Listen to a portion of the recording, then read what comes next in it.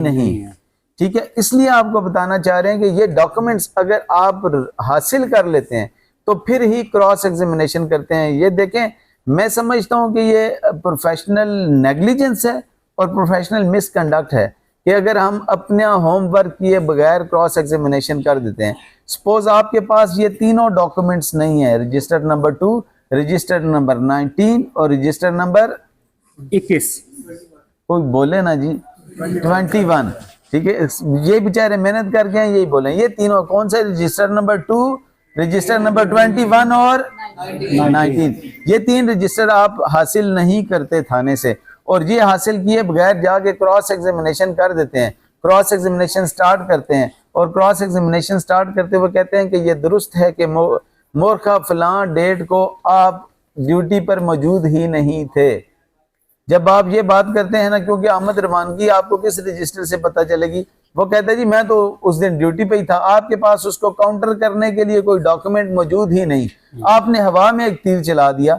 इसके लिए देखें, आपके पास अगर एक रजिस्टर मौजूद होगा जिसमें उसकी आमद और रवानगी का लिखा होगा। अब आमद और रवानगी में क्या लिखा होगा, होता ही है कि हर आईओ की अपनी टीम होती है, वो अपने एतमाद के बंदों को जाता है, रिकवर करता है और उनको खामखा विटनेस डाल देता है। वो मौके पे मौजूद नहीं होते। उस दिन उसका वो मुलाजिम है ही छुट्टी पे, वो जिसका नाम उसने रिकवरी में डाला हुआ है, जिसने आगे बाद में साइन किए हुए किसी डॉक्यूमेंट पे। अब आपके पास रजिस्टर होगा और रजिस्टर में आप देखेंगे तो उसमें होगा जी कि फलां फलां की रवानगी इस डेट पे हुई है, फलां फलां तो इस डेट पे मौजूद ही नहीं। तो फिर आप जब आप क्रॉस करेंगे तो आप उससे कहेंगे कि ये दुरुस्त है कि आपने इस अपने जो यहाँ पे लिखा है कि मेरे हमरा फलां फलां फलां मुल्जम थे, ये दुरुस्त है कि वो मुल्जम छुट्टी पे था। अब आप कैसे करेंगे उसको काउंटर, उस तरह करेंगे जब आपके पास रिकॉर्ड में कोई डॉक्यूमेंट अवेलेबल होगा। इसी तरह आप रोड सर्टिफिकेट उसने हासिल नहीं किया होगा तो वो जो लेके गया होगा वहां पे और लेके वापस आएगा वो नल एंड वाइड हो जाएगा। इसी तरह उसने जो रिकवरी की और रिकवर करके उसने माल खाना को आके ला के दिया, अब ये टीम वहां पे एग्जिस्ट ही नहीं करेगी तो आप क्रॉस कर सकेंगे। तो क्रॉस एग्जामिनेशन एक आर्ट है जिसको काउंटर करने के लिए आपके पास देखें, आपने सवाल वो करना है जिसका आपको 100% श्योर हो कि इस सवाल का जवाब ये आएगा, जिसका 99.9% भी आपको ये श्योर हो, लेकिन 0.1% आपको डाउट हो कि ये ना हो इसका जवाब ये आ जाए। सपोज आप सवाल करते हैं कि ये दुरुस्त है कि मोरखा फलां को आप छुट्टी पे थे। अब आपके जहन में जरा सा भी डाउट होना कि नहीं उस दिन वो कहेगा नहीं जी मैं उस वक्त ड्यूटी पे था, उस दिन मौजूद था, ड्यूटी पे था। अब आपको कैसे ये श्योर होगा कि आपका जवाब 100% उसका यही आना है? वो इस तरह श्योर होगा कि आपके पास ये रजिस्टर्स मौजूद होंगे, इनकी कॉपीज आपके पास मौजूद होंगी। इसी तरह वो मुहर्रर का जो रजिस्टर है, मुहर्रर पे तो आप उस सूरत में करेंगे ना, क्रॉस करेंगे जब आपके पास वो रजिस्टर रिकॉर्ड मौजूद होगा। उस रिकॉर्ड को फिर आप कन्फ्रंट कराएंगे तो तब जाके आप फायदा उठा सकते हैं। आज क्योंकि हम बेसिक्स आज स्टार्ट किए नारकोटिक्स की, और नारकोटिक्स को समझने के लिए हमें यह जरूरी था कि हम 3 रजिस्टरों को समझें। आपसे एक हम्बल मेरी सजेशन होगी होमवर्क के तौर पे, माशाल्लाह इतनी बड़ी तादाद में हमारे लिए बड़ी अप्रिसिएशन है कि हमारी तादाद हर बैठक में पिछली तादाद से ज्यादा होती है। हमारे लिए आप हमारे लिए एक काम कर लें, एक तो आप रूल्स, पुलिस रूल्स को, ये रूल्स जो डिस्कस किए गए हैं 48, 47, 49, 50 और 71, 72, इन रूल्स को पुलिस रूल्स में आप पढ़ लें। दूसरा, आप काइंडली इस पे एक जजमेंट है, मैं आपको रेफर कर दूंगा, ये आर्ट ऑफ एडवोकेसी वाले ग्रुप में ही वो जजमेंट रेफर कर दूंगा, आप उसमें वो जजमेंट जरूर पढ़ लीजिएगा। ये रजिस्टर्स के मुतालिक जजमेंट है। इसी तरह आपको एक और जजमेंट दूंगा, his lordship mister justice Chaudhary Abdul Aziz sahab की एक जजमेंट है, वो दूंगा। उसमें उन्होंने रजिस्टर नंबर 2, रजिस्टर नंबर 19 और रजिस्टर नंबर 21 को बाकायदा तौर पे एलाबरेट किया हुआ है। थोड़ा सा होमवर्क के तौर पे ये काम कर लीजिएगा। हम कोशिश करेंगे कि जब भी हमारी अवेलेबिलिटी हो, इस वीक में या नेक्स्ट वीक में कानूनी बैठक रखेंगे दूसरी, उस पर हम ट्रायल को आगे स्टार्ट करेंगे कि इसमें रिकवरी कैसे होगी, रिकवरी को आप मैयर कैसे करेंगे, मैयर कर देखें। जब आपको ये सारी चीज़ें पता होंगी ना कि मैयरमेंट में उसने क्या गलती की है, उसने सैम्पलिंग में क्या गलती की है, उसने फ़र्द कौन सा बनाया, उसने नक्शा मौके का बनाया या नहीं बनाया, ये आपको सारा ट्रायल का पता होगा ना, तो फिर आप आईओ पे सवाल कर सकेंगे कि किस जगह डिफेक्ट निकला है। नारकोटिक्स केसेस के हवाले से सिर्फ एक आपको बताता चलूँ सेफ कस्टडी आपको वो चेन अगर आप प्रूव कर देते हैं, चेन ऑफ सेफ कस्टडी को आप शेक करते हैं तो नारकोटिक्स के केस में एक्विटल हो जाता है।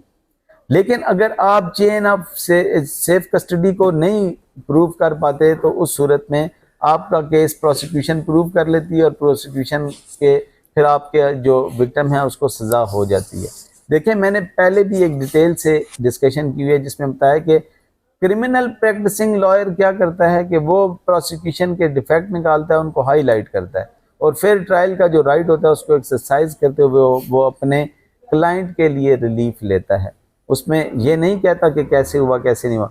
अभी क्योंकि हम लोगों ने सिर्फ स्पेसिफिक रहना है इसी टॉपिक पे इस हवाले से, तो नेक्स्ट डेट पे हम कोशिश करेंगे कि अभी रजिस्टर्स आ गए, अगर रजिस्टर्स का आपके मुतालिक इसमें कोई सवाल हो वो भी बताइएगा।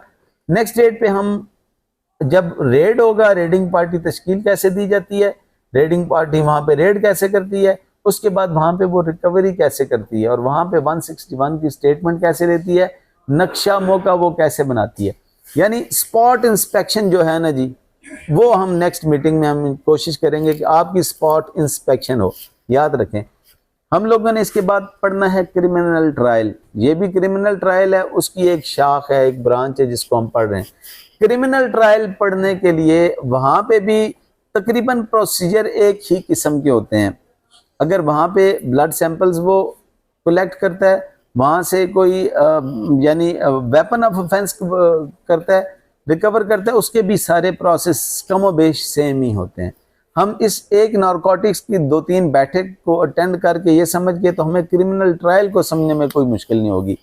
आज की जो डिस्कशन थी उसकी इंपॉर्टेंस ये है कि क्रिमिनल ट्रायल इन 3 रजिस्टर्स के बगैर मुकम्मल हो ही नहीं सकता।